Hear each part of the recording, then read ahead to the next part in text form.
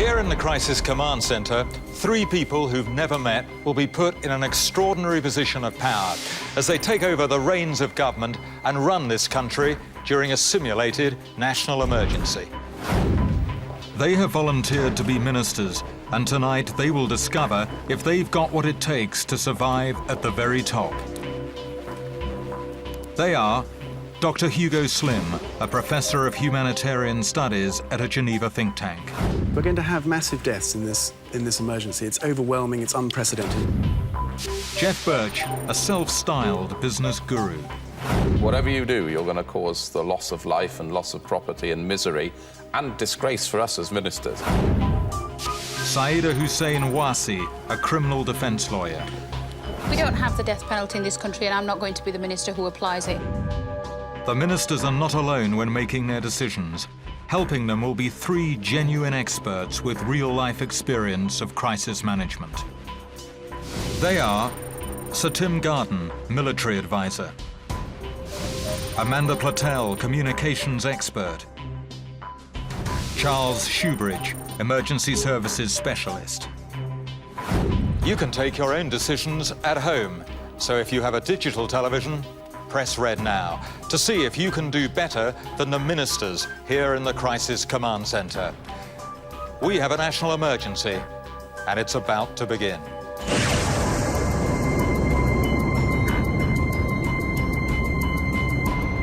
Ministers, you have been brought here to the Command Centre because we have a potential crisis on our hands, and I'd like you immediately to look at these news reports. A hurricane warning has been issued by the Met Office. Gusts of around 100 miles an hour are forecast to sweep the UK over the next few hours. The Coast Guard are on red alert, with 30-foot waves expected in the North Sea. Millions of people are on alert as an already waterlogged Britain braces itself for the worst floods in living memory. And things look set to get worse, with weathermen predicting the equivalent of 3 weeks' rain in the next 24 hours. The Army have been drafted into low-lying coastal areas to help communities prepare for the unusually high spring tide. In many places, sea defences, which have taken a battering during recent heavy weather, are not expected to survive. Ministers, as you know, Britain is in the grip of appalling weather, but there is one additional threat which neither the media nor the public know about, and that's one of the reasons you've been brought here. And I'd like to take you over immediately to the control centre at the Thames barrier. So we've just been informed by the Met Office there's been a sudden drop of pressure in the centre of that storm in the North Sea. Now this, combined with 100-mile-an-hour winds, means that the water has risen 1.3 metres above normal. This is known as a storm surge. Now we see these surges from time to time, but what concerns us about this one is that it comes on top of an unusually high spring tide. Now if these winds continue and the surge reaches the Thames estuary, it could force its way up the Thames, overwhelming the tidal defences. Now this would mean, of course, that parts of London could become flooded. Ministers, this is privileged information, but as you're hearing, it is now possible that parts of London might flood, and you have to decide what you're going to do with that information. And the choice, your first decision, is this. Are you going to, at the moment, warn no one? Are you just going to warn the authorities? Or also, are you going to warn the public? With each dilemma the ministers face, they must choose the correct option, as decided by a team of professional crisis managers. They can call upon their expert advisors at any time. Can I ask what the received wisdom is on warning the public in view of potential panic versus potential preparation? The public is aware of the storm system. They're aware of the bad weather. The real question is, do you want to warn them about this possibility that we might have London flooding in all of this? Because we're taking all the other measures. They're very obvious. We've got the Army out there at the moment working flat out to try and build up the sea defences on East Anglia and in other parts of the country. So what authorities are you talking about when we say authorities? It'll be the London authorities, which Charles will know. I mean, I can answer that. That will include local authorities, the emergency services, NHS trusts, the, for example, environmental protection people. The alternative, of course, is to warn the entire public that they may be flooded. I would go for number 2. Inform the authorities first. I would go for number 2 too. But don't you think that we should have a general news flash, whether the news people can deal with it, to send it out through the media. I mean, I don't know whether we can speak to Amanda. With all due respect, you've got a duty to tell the public, surely London may be flooded. What right do you have to withhold that information from the British people? I think rather than give them the technicalities of what's actually happening with this surge, etc., etc., I think as part of this general news bulletin that's going out and the public are aware that we have this storm problem, we could possibly put out that London maybe will have these problems. I think we should need to put out some general information. If you tell the relevant authorities, they will regard that as privileged information. They will put into action their contingency plans. Will they do that as well if we warn the public? Of course, Minister. If you're informing the public, you are, of course, informing the authorities. But surely if they're going to start an evacuation or something, the authorities would decide to start... If so that they won't decision, evacuate If that anybody. decision were to be made, Minister, something involving the general public, they are certain to come back to you on this, I can assure you. Well, I think we go for 3 then, as you were suggesting. Yeah, because I'm concerned that if we don't actually warn the public and something goes horribly wrong and we're withholding this information and people have the right to know that they could have maybe done something But I change think this. the danger is what you're going to get is you're going to get people blowing up lilo beds, you're going to get people gridlocking the M25, and the authorities could be paralysed by panic. Would it not depend on the extent of the warning that we send out? We could say that this is an issue and that the authorities have been warned and that this... You might get a bit drowned. Yes, Minister, I'm afraid you've put your finger on it there. I mean, you've got 1.2 million Londoners live below sea level. I mean, surely they all have a right to know that there's a danger that they may be flooded. Uproar is what you'd get.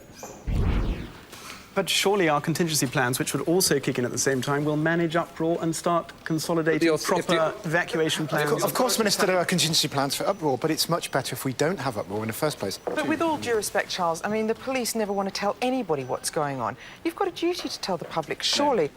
We don't even know if this surge is going to arrive. If we warn the relevant authorities, these are people who are trained in these matters. Surely they can put into place... And we can still warn the public in 2 hours' time if we have... Of course you can, Minister, at some future point, yes. I'm a firm believer that people should know when things like this are happening, but I take on board the concerns that you have about the panic, and that may actually stop the authorities from actually being able to deliver a service. Sure. And in those circumstances, I think right now I would probably go with 2 and come back to it.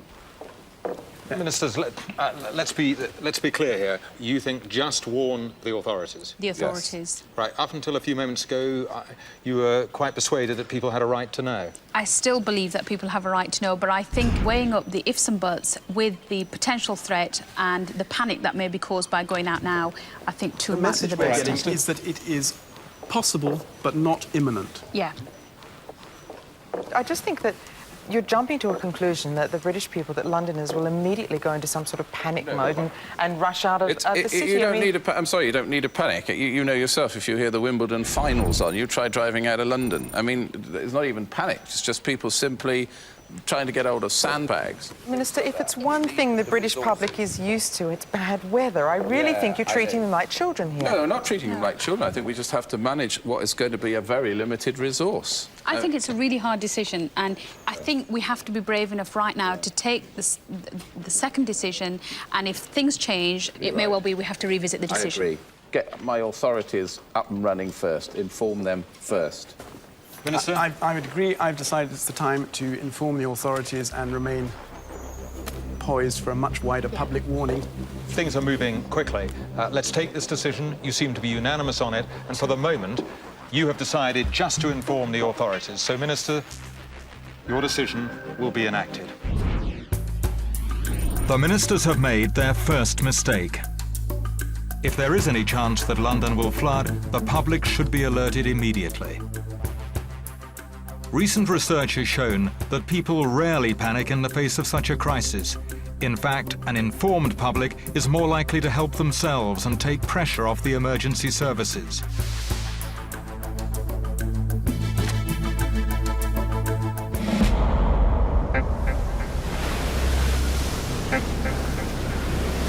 The hurricane-force winds show no sign of abating.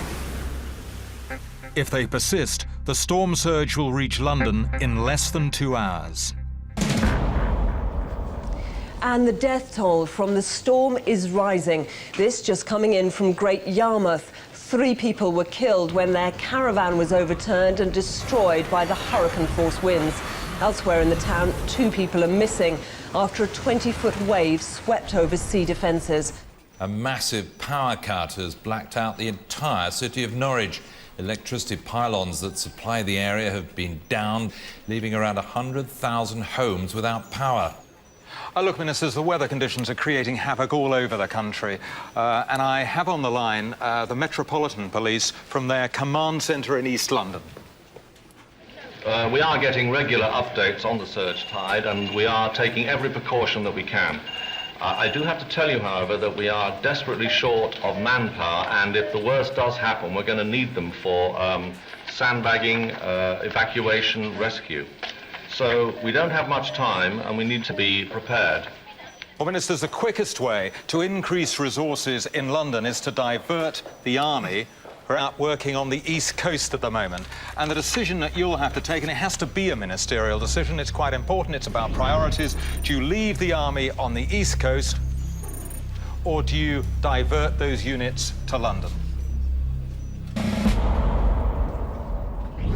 What are the resources that we have? Minister, I've currently, as I say, got the army all over the country. In terms of the resources in London, I've already got 1,400 troops helping the Metropolitan Emergency Services. I've got 1,800 on the East Coast that are there through East Anglia and Essex. They're, of course, working pretty hard at the moment as the flooding is happening down that coast, and we know it's going to be bad. What are they doing?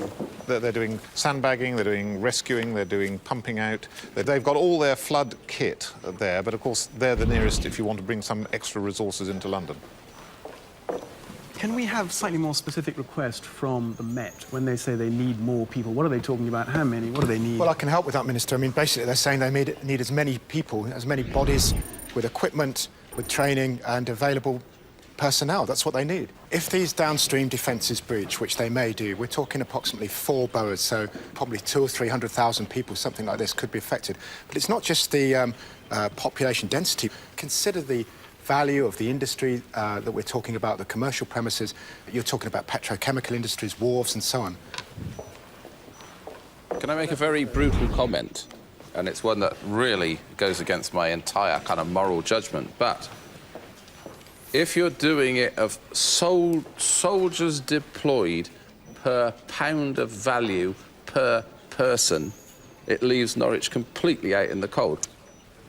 We've got a 10-to-1 need, and I think Potential need. Yeah, also, but also In Norwich, there is already a problem with. I know, but you know, it's really putting your resources where the value is, and the cost to the nation if we lose the financial resource that is London leaves Norwich out of the equation completely. Minister, I think it might just be worth remembering what the 1953 disaster meant to the East Coast, and this is worse than that. 300 people lost their lives then. We've actually lost 12 already in East Anglia. What do the army say? Do we have a view from the army whether they could spare a few or whether they're... Well, it's not a question of a few. We either send them all... Never mind this, Minister. Please don't ask the army what you want them to do. I say, we'll go back to their barracks and watch television. This is ridiculous. I would deploy... We're needing these people urgently. I would send the army to London. No, I don't think I would. I don't think I would. Well, I tend to agree. Let's leave them on the East Coast and... We've got 100,000 homes without power. You know, we're talking about children, we're talking about old people who need to be rescued. You can't make these decisions. It's a horrible decision, isn't it? But London is the economic heart of Britain, and it's where there's 10 million people. OK, time to take a decision here.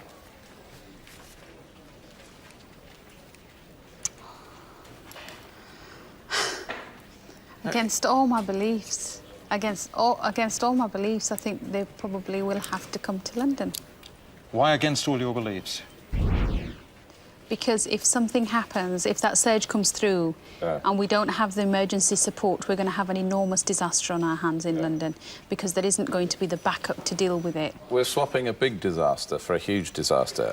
There's no compromise in there. There's no compromise there which is based on compassion. It's based on pure pragmatism, and it's very unpleasant to know that whatever you do, you're going to cause the loss of life and loss of property and misery and disgrace for us as ministers. Whichever happens, when the tabloid press get hold of whichever decision we make, we're going to look awful.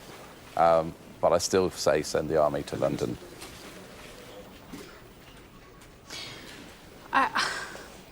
There's a disaster happening there, and we need to do. We've got the people there, and we're effectively saying you're not good enough. There are people out there who deserve this assistance more than you do, and you're just going to have to bow out to London. And as a northerner, and with all the biases that I come with here, I'm having to make a decision based upon commercial judgment. I think the practical reason we should leave the army on the East Coast is because the army is winning on the East Coast at the moment. They can go on winning there. We'll see what happens in London. We can move them later. But I think we should stay dealing with the storm well where we are at the moment. Minister, I'm clear that's what you want to do. You want to keep the army on the East Coast. Yeah. Minister. I will move them to London. Oh, God. You have to decide.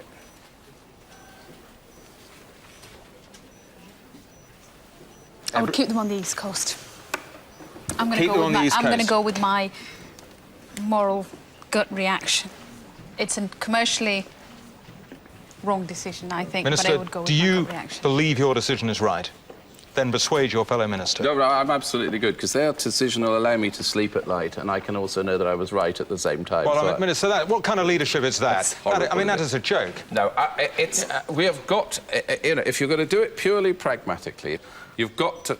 Do it according to what you think is right for the country, Minister, may I suggest? The balance sheet says that we've got to protect the 10 million people and the commercial heart of our country. Norwich is a rural... We have to do what's right for the country. You've just said that, haven't you? Norwich is a rural... That's an important question. Do what's right for the country. What is right for the country is to bring them into London. I mean, it is right for the country, isn't it? A moment, Minister, you've changed your mind again, haven't you? It's right for the country, isn't it? That's the question we're asking. It's right here. if London floods. I still think we should keep scoring success, saving people's lives. Can I make another point? On the East Coast, where we know from before we've had massive casualties. But there's nothing... we should hold our nerve for London and see what happens. But if the sea inundates the whole of East Anglia and then disappears again, a few years later it's going to recover as agricultural land. Put the City of London underwater and it'll never recover. Imagine trying to sort out the tube and But it's going to go underwater anyway, despite what the army does. Ministers, there are other things happening around the country. You're in charge here. I'm going to take a final decision from you. Minister. Send the army to London. London on the East Coast. East Coast? No, I need a decision now, Minister. What do you think is right for the country? You're in charge. For the country, or what I believe is right. For the country, we have to send the army to London. It's not unanimous, but ministers, you have decided, and your decision will be enacted. Moving the army to London is the right decision. Our team of crisis managers agree that the nation's capital would be given priority over rural communities.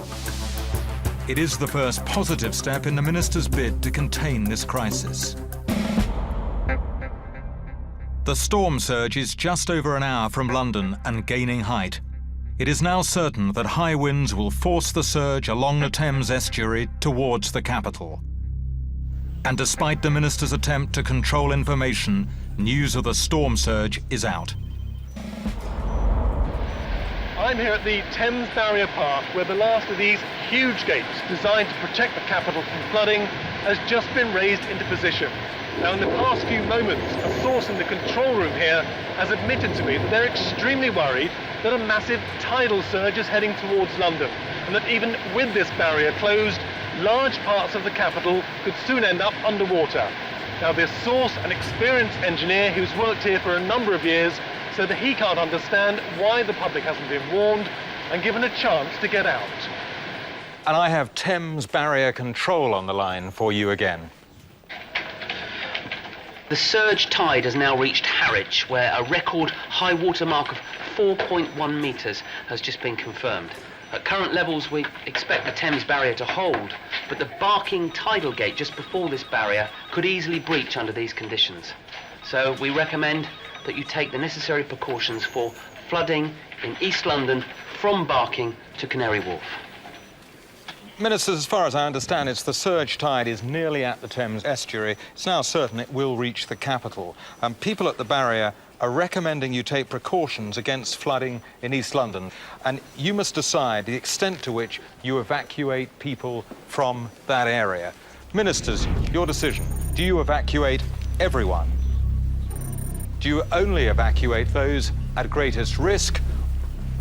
Or do you advise no one to move for the moment? If we try and evacuate everyone, we may end up with complete chaos and lose the opportunity of evacuating those at greatest risk. Is that a problem? I think that's a reasonable assumption, yes, Minister. So it does make more sense to evacuate those at greatest risk at the moment. Yes. If only to make sure we get a key group out without bottlenecking the chance for most people to get out. I would say that's very sensible, Minister. I'll give you some figures to perhaps back that up. We're talking, if you have a total evacuation of people in the area, that's about 160,000 people. But the people most at risk are the elderly, the infirm, but also those who live at the lowest levels, about 40,000, Minister. Tim? A quick interjection, Minister, to say also think about the longer term in this, because it's not just when that place gets flooded. There'll be another tide, there'll be pooled water, we have short resources, and so if you've left people behind, we're going to have to somehow or other either get them out or feed these people, and this could last weeks. I mean, I think in the longer term, you may find it easier just to tell everybody to go to the higher ground. I think people on the ground will make quite sensible decisions for themselves, and so there is. I mean, I'm coming back on my initial reaction. Is already going around the east end of London. I've got to say, the media. I mean, they've just found out through a leak that they've got information about the threat of this flood, and they are starting to ask questions about why the government didn't warn them.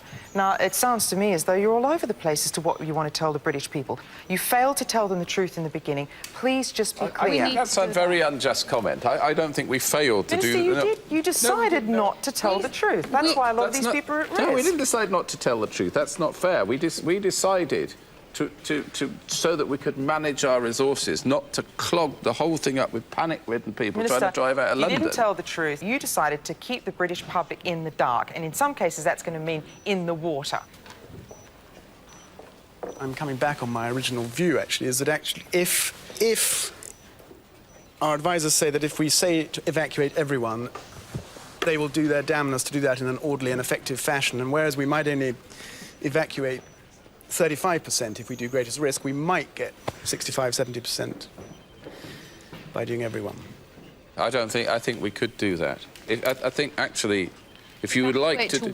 If Hugo would like to do that, I think... Minister, just to jump in here, I thought a short while ago you said you couldn't even get out during the Wimbledon tournament. I know, but now I mean... you're talking about evacuating... But there is higher ground around the Barking area, isn't there? Let's grab the extra hours we've got and try and get everybody out. Can I ask a really pertinent question, and it's going to influence my decision enormously from any of my advisors? When we evacuate those of greatest risk, the ones who are remaining of lesser risk, are they going to lose their lives, or are they just going to get their feet wet? They probably won't even get their feet wet if they can go upstairs. Are they going to follow anyway? That's the other Well, question. some may, of course. They may not be able to. I mean, if they're all going to end up sitting on their roofs, then it's not really a problem, is it? No, it's not. They're safe, it's not a problem today. It's a real problem for us in 3 or 4 days' time. If we've got to send in people to rescue them, feed them. I mean, at least they're in their homes and they're safe. We have to start using the media. We have to start informing people to help themselves. Minister, you haven't decided yet what you want to inform the media of. That's the key thing. We have to take out those at greatest risk, and we have to explain to the public what we're doing, and also send out a warning that those who want to... Very good, Minister. I will pass that on, that you want to make a public statement. The ones of less risk are at no risk. I mean, they're at no risk of death. They're safe. At least we've got them safe. They'll all sit on their roofs and they're going to curse us, but they're safe. Let's get the people who are going to actually physically be killed by this. In other words, the ones at greatest risk. Let's get them out. Yep. I'm still worried that this is such a big one that we won't have the luxury in 2 or 3 hours' time of trying to take out the rest as well. And while they may end up being high enough, they may not. And I'm also worried that they'll just come anyway. So, Minister, what's it to be? Those at the greatest risk.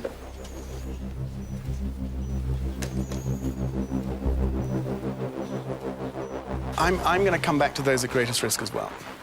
Well, Ministers, we now have a decision, and it will be enacted. The Ministers are right to evacuate only those at greatest risk. They have ensured that limited resources are concentrated on those with the greatest need. the ministers have made their second correct decision. With the storm surge gaining height and just 30 minutes from London, heavy rainfall has led to problems in other parts of the country. In Worcestershire, the Army have been trying to prevent the River Severn bursting its banks and flooding a chemical factory. Those sandbags are not much use now, and we're concerned that the river will burst very soon.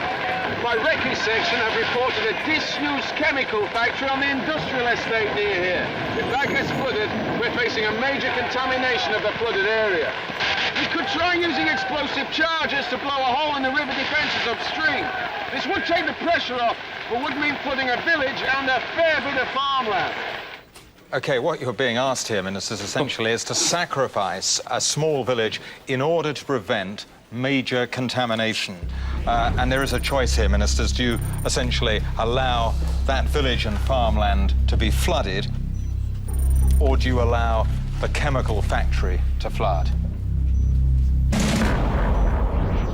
What are the chances of the chemical factory flooding? Well, I'm getting from the Army down there that they're almost certain they're going to have the banks bursting sometime in the next sort of 30, 45 minutes. It's an unused factory. It's an unused chemical factory. It is. Do we know what's there? Well, the recce section has reported back that they found large containers marked arsenic and cyanide. There's very little risk to people in the short term. It's a long-term contamination risk. Of the environment? Yes. So it's more of an environment rather than a life and Well, of course, I mean, the situation. trouble is that when it gets into the soil, it then gets into the food chain, and I can't predict what the long-term effect is on health as a result of that, or indeed the economy if you don't grow anything there, or decontamination, the costs of doing that. How many people are there in the village? Do we know? I've got numbers because obviously police are there. Right, OK, so let's get the numbers. Because approximately 200 people in the village. In the village, yes. Maybe safely got out. Well, it's difficult, but obviously they can do their best. And we don't want to kill anybody by doing this. I mean, if we're going to actually drown people because we don't want a chemical works to flood, that's not a Then terribly... we need to get them out. Yeah, indeed. If we can't get them out, we're not... I don't want to do it. This is in a relatively small tactical section of our larger emergency, which I think we should just take a decision on. Because we've got to get strategic again around London. Okay. Let's do it. So I think we have to flood the village. Flood the village. Flood the village. You've taken the decision. The village will be flooded, and your decision will be enacted. The ministers have made another good decision. Whilst flooding the property of some 200 villagers would result in compensation claims amounting to over £2 million, the clean-up bill for a chemical spill on this scale would be over 20 times that figure. The ministers have made their third correct decision. The storm surge is sweeping up the Thames, putting pressure on tidal defences all along the estuary. On the south side of the river downstream at Thamesmead, a major breach has occurred. An alarming taste of what's to come in East London. Flood defences have breached at 2 points downstream from the Thames barrier at Thamesmead. The homes of 45,000 local people are already under 3 feet of water and levels are steadily rising. The emergency services are at full stretch, dealing with what is clearly a very dangerous situation. Now, the governor of Belmarsh, a Category A prison situated near the breach at Thamesmead, needs to speak with you urgently.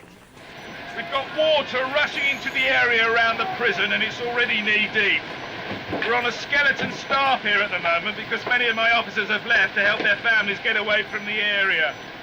We need to evacuate immediately, but we haven't got nearly enough staff to do it safely or anywhere to take the prisoners at such short notice. Ministers, this is a very difficult situation. You have to decide, and this is clearly a ministerial decision. Do you suggest the governor risks an understaffed evacuation or to leave the prisoners locked inside the prison? Can we have more details on the risks of the evacuation? The problem is this. There is such a shortage of staff there, and these people are so dangerous that effectively you're going to have to just release them. There isn't time to take them out one at a time. You may be sentencing some prisoners to death if you allow them to remain where they are. Yeah, there's some pretty dodgy characters in Belmarsh. You're right, Minister. The category A are the most dangerous prisoners in the country. They're the people at most risk of escaping. You're including in there murderers, rapists, paedophiles, and, of course, those people that, under the anti-terrorism legislation, your colleague, the Home Secretary, has deemed so dangerous that they are to be detained even without charge there. I know it sounds really horrible, but you could let out the ones that, you know, the ones that are least like, and let that, you know, I mean, that's just not even going there. No, it's just no. You can't do it. You can't. In a situation like this, you can't have one set of rules for the general public and another set of rules for prisoners. And at the end of the day, you know, they're sentenced there for the crimes that they have committed. And, you know, to say that allows us the right to leave them there and drown to death, I think is completely unacceptable. And it doesn't matter what people say about it in the public. I think the general public, the British public, will understand the decision that we took. Let's let them out. Let's let them out and give them a chance. I think you're right.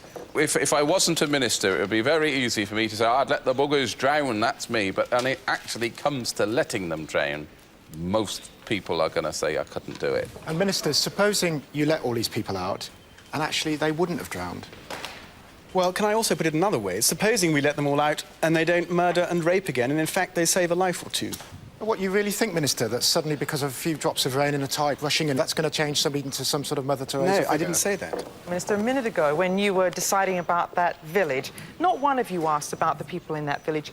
If you'd bothered to find some facts out, you would have discovered that this is one of the poorest areas in the region. You didn't even consider the risk that some of those people might not get out and that they'd lose lives. Oh, we and did. yet, you know, we become bleeding hearts over some paedophiles and mass murderers. There's no bleeding heart. It's just that it's well, maybe she's right, bleeding heart. I mean, what do you say? The big difference with this is that it's utterly intentional. We don't have the death penalty in this country, and I'm not going to be the minister who applies it in this specific situation. I'm afraid your moral grandstanding, Minister, won't count for much when you have to explain to the first mother whose child is attacked by one of these paedophiles that you thought his human rights were more important than their child's.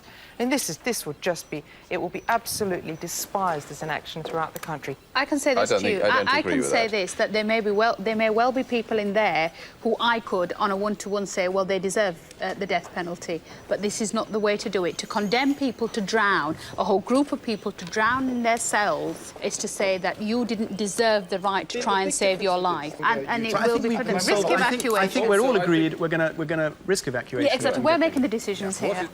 Ministers, you've had to take a lot of tough decisions. This is hugely important. I want to put it to you, the British people. What will you say to them afterwards if these people come out and they commit heinous crimes? I accept what you say. We can deal with it through the media. We have photographs of all these people. We have their profiles. We have details of them. We can deal with that. And Minister, you seriously believe that... I just want to be clear on this. You seriously believe that the people, if they had a vote, they would vote and say, if necessary, let the prisoners go? If they had a vote. But with great respect, they had a vote. They voted for us, and this is the decision we're making. Yes, risk evacuation. All right, Ministers, you've taken your decision, and it will be enacted. The ministers were right to risk an evacuation. It was the only legal option. If the ministers had condemned the prisoners to death, they would be facing manslaughter charges. The ministers have made their fourth correct decision.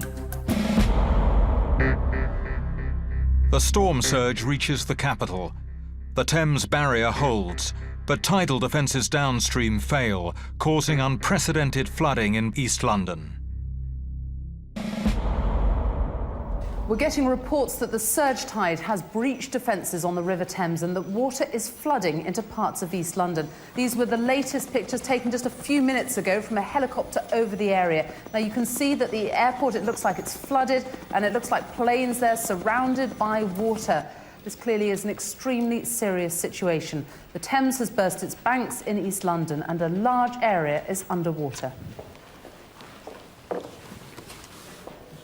Ministers, earlier you were very keen to make a public statement.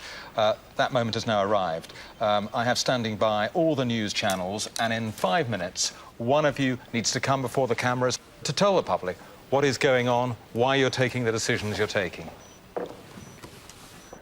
Saida, would you like to do it? I think you'd do it well. Do you think it would looks better coming from a woman? I don't think it's anything to do with that. I think you'd do it well. I think you'd speak with integrity. What do you think? Yeah? I could do it. Do you agree with that? Yeah, I'm quite happy with that. Right, let's work out the wording of it. Let's talk about the country. That we have tried to keep the country informed of what is happening. You see, we have to be very careful on this, you know. We have to, if we say that we have kept the country informed and then it subsequently transpires that we haven't been completely open and honest about things because we felt that it creates panic. We've kept the country informed. We can say we were staggering our response, that we had to make very difficult prioritising decisions. I don't think we have to talk about specific incidents because I think they're, you know, if we talk about... No, I don't think we do. Because if we talk about... This is an opportunity for you to tell the country what we're up to. What is going on. Okay. We have to be frank and say a disaster of this magnitude means risks we cannot control. Prisons are vulnerable. We expect that we will have to open some prisons and not be able to control prisoner population.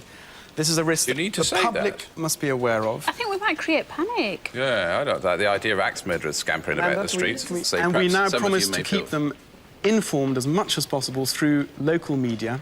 We want them to listen to the local authorities and to help one another. And assist us by cooperating with but help one another as well, because a lot of community response will be well judged and valuable. And a lot of community response will also be dependent on whether or not you've announced that those 48 Category A prisoners are now will be loose by the time this just mention finishes. That national institutions like hospitals, prisons, and other things which we can usually look after are going to be at risk as well, and we ask the public to be alert to particular issues in their area, like hospitals, prisons, whatever. Don't specify it at the moment. I think if you just start specifying it, we're going to have some... Come on, real Minister, disasters. you're completely uncovered. If you do this is just a complete fudge. I mean, you owe it to the people to tell them there are 48 Category A prisoners, murderers and terrorists that you're releasing into the community. Please, I don't say we expect prison breakouts because we cannot contain prisons in flooded areas. Minister, I have to interrupt you because I have all the networks waiting to go live on this. Saeed, you'll do it very well. You'll do it very well. All right, Minister, you're live on air. This is an appeal to you, the British people. We need you to work with us at this very difficult time. We need you to become vigilant to the surroundings around you. We need you to make sure that you keep in contact and listen to local media and the instructions that are being given, and we need you to stay calm and not panic. We've recently just received some information that there may be some concerns in relation to hospitals and also in relation to prisons. Whilst we don't want to create any panic at this stage, what we would say is that if a situation arises when we are having to open the doors of some of our prisons, then we will try and keep you informed through local media. This is a national crisis, and I would like the British people to stand firm on this and work together. Thank you very much. Thank you, Minister. You're off air. Very good. Yeah, had me convinced. Do you think that was okay? It was great. Very good. Yeah. I hope that wasn't vague. That was excellent. No, vague. It was it's an reassuring, and I think it was right. And very well delivered. I was concerned that we needed to be honest about Belmarsh, but we couldn't say Belmarsh. No. Amanda, what do you think? Do you think there's something we missed out? Just most of the facts, Minister, that's all. Is that unusual? Yes. It is. I think that when the time comes that people discover that 48 Category A prisoners have been released, and you went on national television and failed to even alert the local community that that was the case. Yeah, I think the situation was mentioned, though, wasn't it? Now, I'd like to bring you an update on this situation in London. Hundreds are feared dead as water levels in East London continue to rise. There's panic and confusion in the ongoing evacuation. Emergency services have been unable to reach many people in the worst affected zones. It could be weeks before water levels subside and the true scale of this disaster can be calculated. Flooding has led to an added problem at a liquid propane gas plant in East London. Water levels at this LPG storage plant have risen rapidly, and there are already concerns that some of the tanks have floated free from their concrete cradles. Unless we can stop the water levels rising further, there could be a huge explosion. Oh, terrific.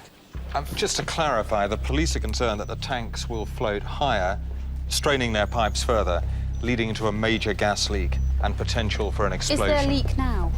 Give me the technicals on this. What is happening? I've got reports from some sappers on the ground there looking at it. There doesn't seem to be a leak at the moment, Minister, but as the water goes up, the connectors are being stretched, so the possibility is that we'll get a leak, and LPG is really nasty. Right, let's have some information. How much further does the water have to rise before it becomes a risk of this happening? They reckon it's going to be sometime in the next 15, 20 minutes.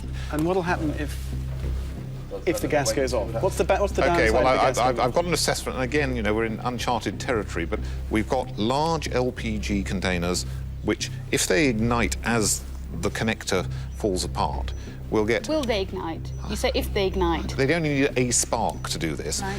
You get a torching effect, you get melting, boiling of the containers, the big container they're in, and you get a vast explosion, and you get a 500-metre lethal radius as it goes up. This could be a fireball that would give you second-degree burns out to about a mile. So how can we stop it? The key to this, it seems to me, Minister, is this liquid propane gas in the tanks, floating on water. The only way I can see it is some way to get the water level down.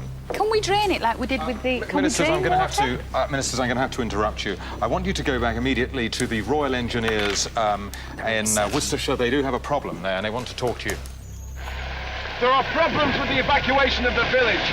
A number of people are refusing to leave their homes and possessions behind.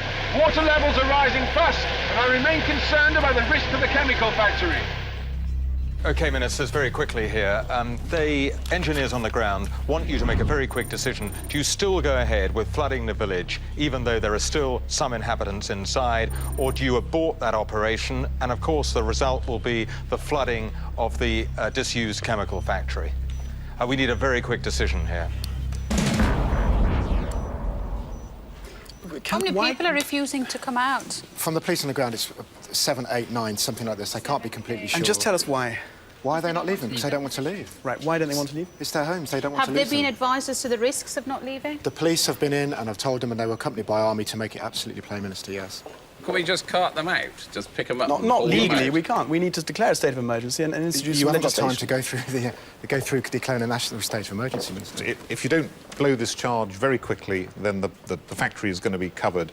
So, really, do you want to blow it or not is the question. And the police have now left, I'm afraid, because of the danger of life to them. They've given their warning. We will kill these people.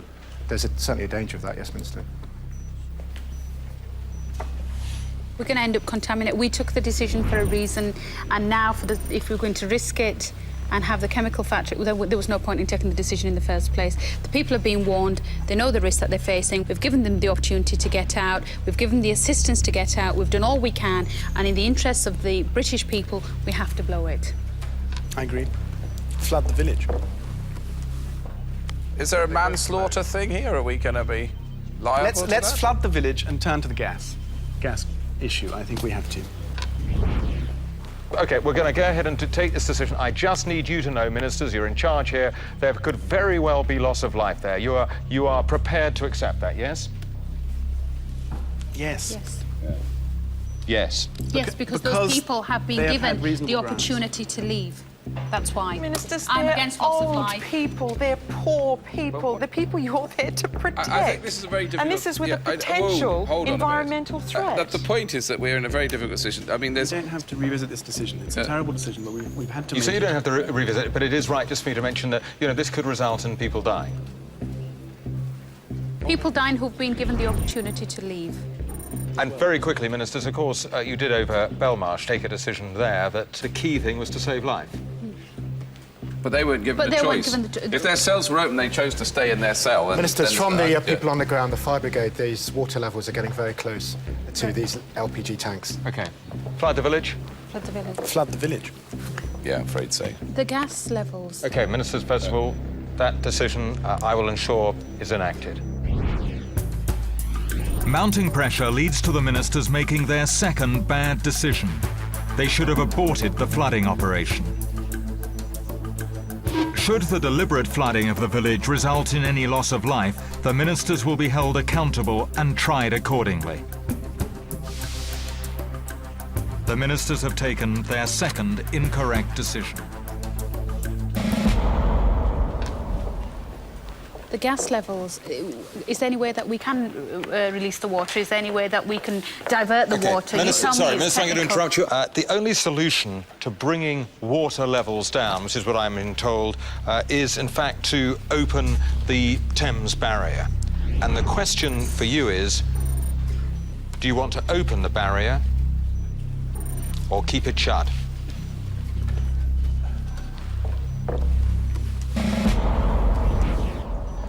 I'm hearing that the amount of time required for this barrier to be opened to achieve the desired effect would be 30 minutes. That would mean that, in fact, the flood that may result wouldn't actually affect the whole of London in any drastic way. It would certainly affect areas such as Greenwich, the Isle of Dogs. Haven't they been evacuated? Haven't they been part of our target area? The Isle of Dogs is certainly one of the areas that you've asked that people be evacuated. Greenwich isn't in the area so far, so they've had no warning at all, of course, apart from... Can we get them out in 30 minutes? What you're sending is a tidal wave up the river, aren't you? Not necessarily a tidal wave, Minister. We're talking about something like 4 metres. It's certainly a substantial wave. As big as the Severn Bore, certainly. And so can I give you a quick analysis now? I've got it from the modelling that might happen with these liquid propane gas. We think there's 1,000 metric tonnes of this stuff. You get a 500-metre lethal radius as it goes up, and we've got tower blocks which will be within the fireball. Because we've got two such hugely pressing problems, are we in a position to delegate one of us to look at one problem with our authority and the other two to focus on the other?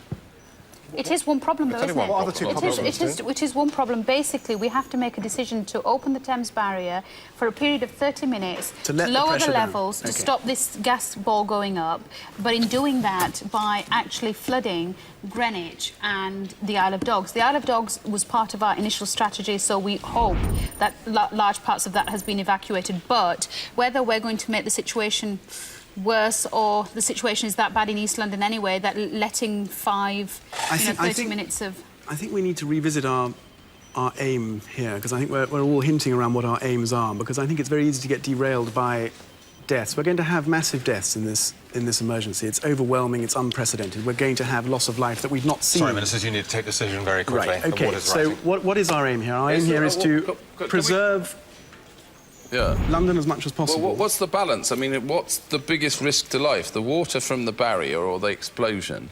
We're really talking rather unquantifiable numbers. I mean, there will be significant loss of life I think, in both. And is the tide still rising? The surge has arrived. It is being held by the barrier. And when's it predicted to kind of drop back then? Well, it's not yet, Minister. Minister, we're talking minutes away from this gas event. When they separate from their moorings, we've had it.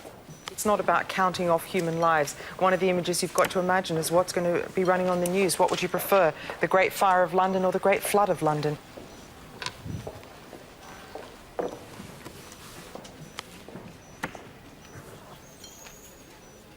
My gut feeling is to leave the barrier shut. Oh, God, no. And I tell you why. It's because if you leave the barrier shut, it sounds awful, but the subsequent disaster is act of Sorry, God. Minister, just the latest calculation from people on the ground is that we've got under 6 minutes before there's going to be an explosion. Right, well, I'll tell you something. If London is being flooded anyway because of what's happening with the rain and the storm, and if we flood it further and cause more loss of life, that is not going to be as bad as creating this enormous mushroom in the middle of My other hunch London. is that people are ready for floods. They're probably getting ready. They're probably climbing high into their houses. They're not. I think we have to drop the barrier. You've got two huge tower blocks there. I mean, it'll be like a towering inferno if they go up. I think we have to open the barrier. We have to open the barrier. I mean, this is what we've been fighting to avoid, is taking the commercial heart out of Britain. You've got to keep it shut. Can we instruct local authorities to move really fast to get people high? Can we use the next 5 minutes but also, for that? what will this do to infrastructure? What will it do to the underground trains? Well, you're right, you mentioned that, Minister, and of course it will have Can we just wait until the very last minute when we have to open this, please? Well, how does that help? Can somebody tell us that? Because things might change. I can't tell you. I mean, we've got water rising. If there's an ignition... You're going to lose the underground trains, you're going to lose probably the City of London, you're going to lose the Stock Exchange, you're going to lose a lot of infrastructure. Ministers, I'm hearing you've got very little time to decide here. So we're going to kill a lot of people for certain to save a lot of people who might not die.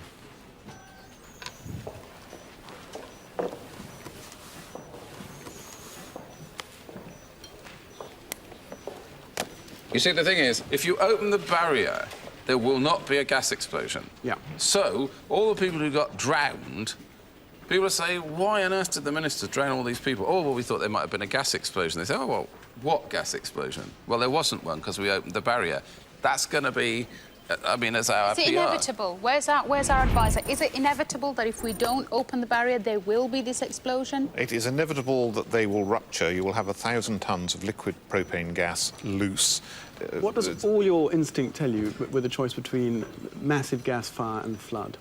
Minister, that's why you're a minister and I'm only a military officer.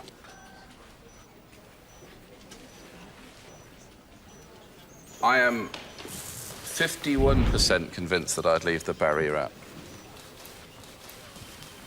You mean you keep it shut? Yeah, keep it shut.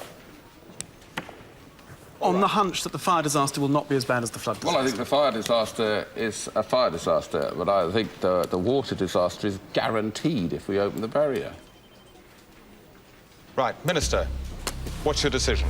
I'd leave the barrier up. Minister? I think I accept that. I think we should keep the barrier shut because we definitely know what will happen if we open it. Minister? I would open it. Open it, quickly.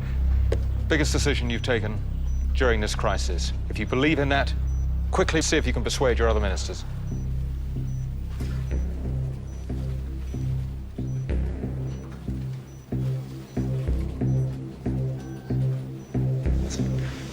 Oh, I would hate... I honestly believe that more deaths caused by more water is going to be more acceptable. Do you think people are more prepared for it? That's what I'm wondering. But they're more prepared for it than a massive gas explosion in the middle of... So they might be taking mitigating action already from water. Yeah. But you told those people that they would be safe on their second and third floors. You told them that. And now we're going to wash them away like ants.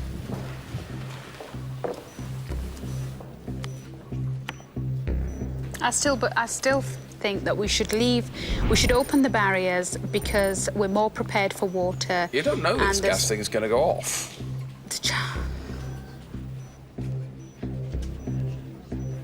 But you know that you're going to drain people. It's like having children clinging to a life raft and saying, well, if you hit 2 of them on the head with a shovel, another one will survive. You're not going to do it. And this is the shovel. We're going to hit Londoners on the head with the shovel of a 12-foot-high tidal wave. Yeah, but the army have been evacuating, the emergency services Only the ones we told them to. We've left a lot. We consciously left people. We said that the people in it's not all areas. Harwich and wherever you weren't important because they weren't at risk, because of the barrier.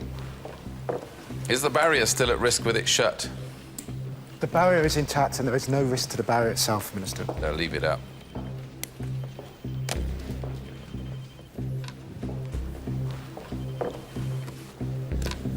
Open it.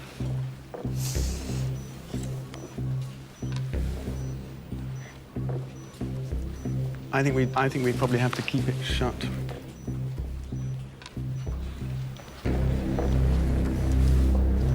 Ministers, we're getting news of an explosion. Well, since we've been on air, news has started coming in of a massive explosion in East London. Now, the details are still very sketchy, but the blast does seem to have been centred on an industrial estate close to the airport in Docklands. And you can see the plumes of fire flames going up into the sky. It's clearly a major blast. First reports from the scene say that a large area, and some of it apparently residential, was engulfed by the fireball. London's hospitals have been put on full alert to deal with casualties from the blast. Off-duty doctors and nurses are being asked to report for work. This is now a major incident.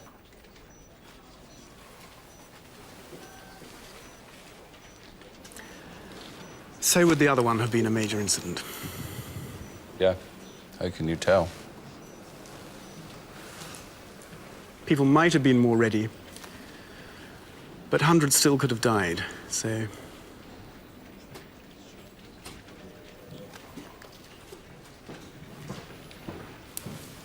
I don't know. It's just a terribly difficult decision to take. But I still feel we took the right one. I mean, the whole point of the Thames barrier was to protect the city from the most outrageously high flood anyone could conceive, and we've just had it. What's happening with the other issues? Can somebody give us some good news? Ministers, what I can tell you is that you've taken your last decision and you're no longer running the country. Oh, thank God. Despite the terrible consequences of the explosion, the ministers made the correct choice. By keeping the barrier shut, they have prevented the flooding of the underground, the destruction of Canary Wharf, and an inestimable loss of life in residential Greenwich. Over the last hour, the ministers have made 7 decisions. They acted in accordance with British law in evacuating Belmarsh, and their decisions to protect the capital by bringing in troops and keeping the barrier shut were overwhelmingly correct. But their decision to flood Heldham Village could have seen them facing manslaughter charges. Ministers, during this crisis, you had advisors who you could rely on. But these advisors weren't just passing you information, they were assessing how you were performing as ministers.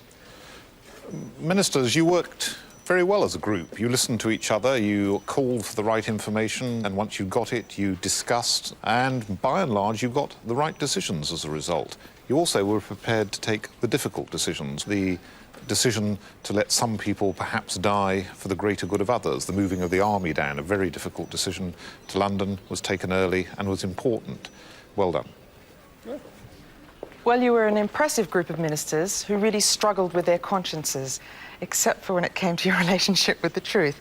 Perfect example was when you didn't actually tell the public that the Belmarsh prisoners had been released, and that was a sin of omission, if I may say. Your primary concern as ministers is surely to save life. And whilst you extended that towards the prisoners at Belmarsh, you didn't give the opportunity of life to the villagers who you were happy to flood for a medium to long-term environmental risk. However, you were quite right not to open a barrier when, in fact, it had been built for the specific purpose of defending London against a flood. But a good performance, ministers. So, ministers, over the past few hours, you actually took a series of extraordinary decisions.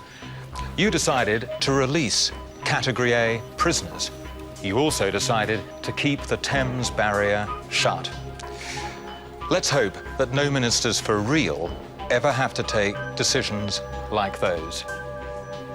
But you're now free to leave the Crisis Command Centre. I think the group performed very well. I think I've performed OK. I felt really oppressed by it. I think there were some very difficult moral decisions to make. The flood thing was almost analogous to the thing, you know, you felt that you're sinking. If I was a real-life minister with other minister colleagues, then it would be great to be amongst people like Jeff and Hugo. My mind was changing the entire time. I think there are some decisions in political life where you're just not going to feel good about them. I think I'd make a good politician. I think I remained calm during a crisis. I think I might make a certain type of politician. I just think perhaps politicians ought to forget politics occasionally.